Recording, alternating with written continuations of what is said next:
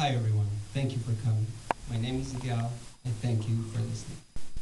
So right off the bat, I have to admit, I came down here nervous as shit. The reason I was nervous and slightly scared was really because I didn't have a story prepared. My friend Melissa, I'm glad she could come. She told me about the story slam. Right after I told her my story of how I popped my spoken word cherry. It was awesome, I really enjoyed it. For once I have done something I wanted.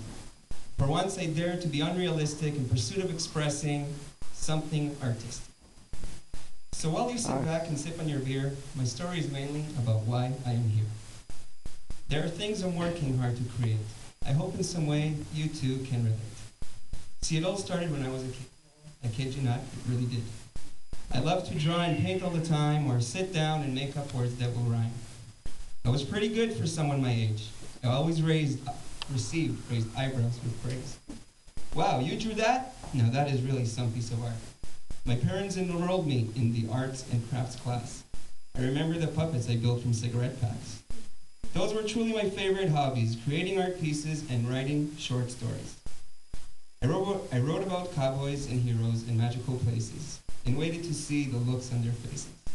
Some of my teachers were very enlightened. They said, wow, you have talent. Never imagined. That always felt so good to hear. I think I was smiling from year to year. Growing up, I was flirting with words, creatively binding my nouns and my verbs. My writing and I had many affairs, the secrets in love songs, the views that we shared. I could go on till I ran out of ink, excitedly writing all I could think. It was on those papers where I could really feel that all my dreams were now coming real. I could pick up a topic to analyze, yet mostly I would fantasize about the person I grew up to be, the crowds and the people cheering for me.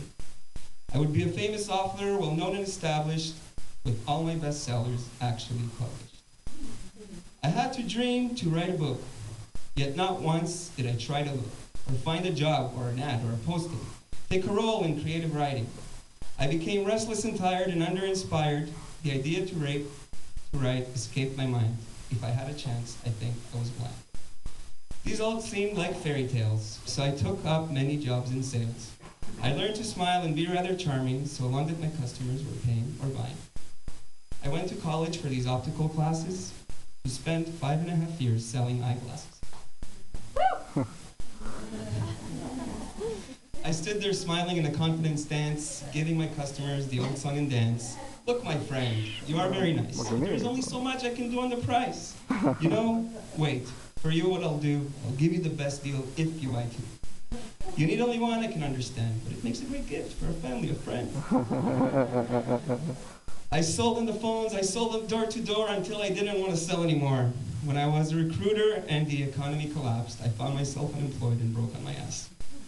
I set out to research and took some great hands. I was lucky to score a government grant. I had to think smart and make the right choices. I had to dream big and take some odd chances. So in the end, it all turned out cool. I took 1.5 years off and got back to school. I just went with the flow, I had to, of course, and enrolled myself in a paralegal course. Now that I'm done, I have passions to sort. I can create something cool or represent you in small claims court. It wouldn't be such a bad job, mind you, because I love to help people and I sure love to argue. Over the years, I've been through many events, lovers and strangers, success and regrets. So when I get inspired every now and then, I sit down with paper, holding a pen, and I open my heart and drain out my brain, and with a smile on my face, I'm writing again.